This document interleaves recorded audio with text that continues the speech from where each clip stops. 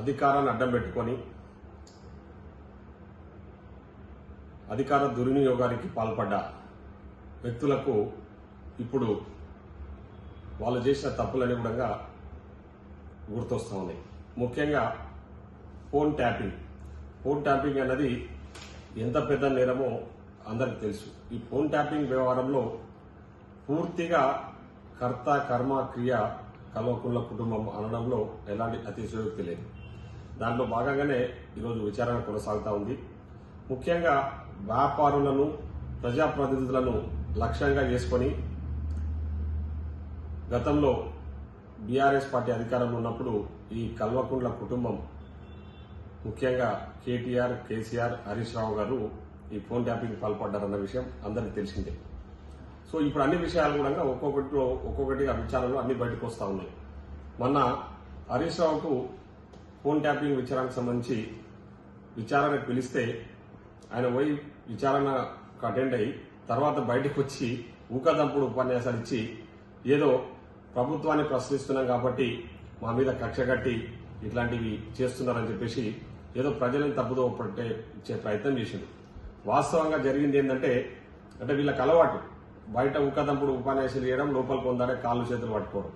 So ఆ రోజు ఈయన బయటకు వచ్చి హరీష్ రావు గారు ఏం మాట్లాడిండు, అరే పోలీసు వాళ్ళు ఏం బయటకు పోయిండ్రు, ఫోన్లు పట్టుకున్నారు, ఫోన్లు చేసారు, బయట నుంచి ఎవరో చెప్తే వచ్చి నన్ను అడిగిండ్రు, నేను మొత్తం సమాధానం చెప్పేసిన, పోలీసు వాళ్ళు ఏం చేయలే, నన్ను ఏం అడగలే అని ఏదో కలరింగ్ ఇచ్చుకునే ప్రయత్నం చేసింది. వాస్తవంగా జరిగింది అక్కడ పూర్తి స్థాయిలో ఎంక్వైరీ జరిగింది. దానికి బాధ్యులు ఎవరో, ఈ ఫోన్ ట్యాపింగ్ ఎందుకు పాల్పడాల్సి వచ్చిందో అన్ని ప్రశ్నలకు వాళ్ళు మిమ్మల్ని హరీష్ రావుని ప్రశ్నించడం జరిగింది. హరీష్ రావు దానికి సరైన సమాధానాలు చెప్పకుండా దాటవేసిన విషయం అందరికీ తెలుసు.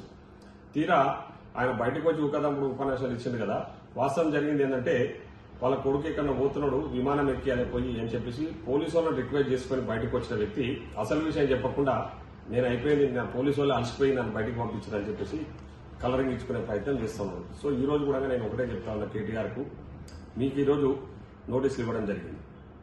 విచారణలో భాగంగా మీకు నోటీస్ ఇచ్చారు. నిజంగా మీరు తప్పు చేయకపోతే విచారణను ఎదుర్కోండి. ఎందుకు బయట పెద్ద పెద్ద గప్పాలు కొడతా ఉన్నారు, ప్రభుత్వంని ప్రశ్నిస్తుంటేనే మాకు నోటీసులు ఇస్తున్నారు, మేము నిజంగా వీరులం, ధీరులం, సూరులం, నిజాయితీ పరులం అని చెప్పేసి ఏదో గొప్పలు చెప్పుకుంటా ఉన్నారు. నిజంగా మీరు వీరులు, ధీరులు, సూరులు, నిజాయితీ పరులు అయితే విచారణను ఎదుర్కోండి.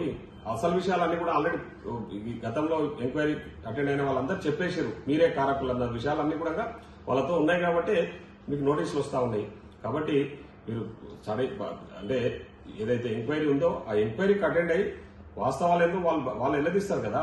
మీరు దాన్ని కప్పిపుచ్చుకోవడానికి, చేసిన తప్పులను కప్పిపుచ్చుకోవడానికి ఈరోజు ఏవేవో మాట్లాడుతూ ఉన్నాం. ఏవేవో అంటే ముందే గుమ్మడికాయలు దొంగ ఇవ్వాలంటే భుజాలు తడుపుతున్నట్టు మీరు వ్యవహరిస్తున్న తీరును ప్రజలందరూ కూడా గమనిస్తున్నారు. అంటే ప్రజలను డైవర్ట్ చేయడంలో మీరు ఆరితేరిండ్రు. కాబట్టి అసలు ఫోన్ ట్యాపింగ్ వ్యవహారంలో చాలా మంది జీవితాలలో ఆడుకున్న వ్యక్తులు మీరు.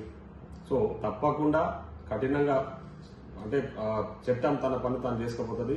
బాధ్యులను మీరు నిజంగా తప్పు చేసిన మాత్రం ఖచ్చితంగా జైలు పాలు అవుతారు. అది చట్టాలు నిర్ణయిస్తాయి. కాబట్టి నువ్వు అసలు ఎంక్వైరీ పోకుండా ఇట్లాంటి ఊకదంపుడు ఉపన్యాసాలు బయట మాట్లాడుతూ ప్రజలను తప్పుదో పట్టించే ప్రయత్నాన్ని మానుకోవాలని చెప్పేసి కోరుతాను. Subscribe us and press the bell icon for more interesting updates.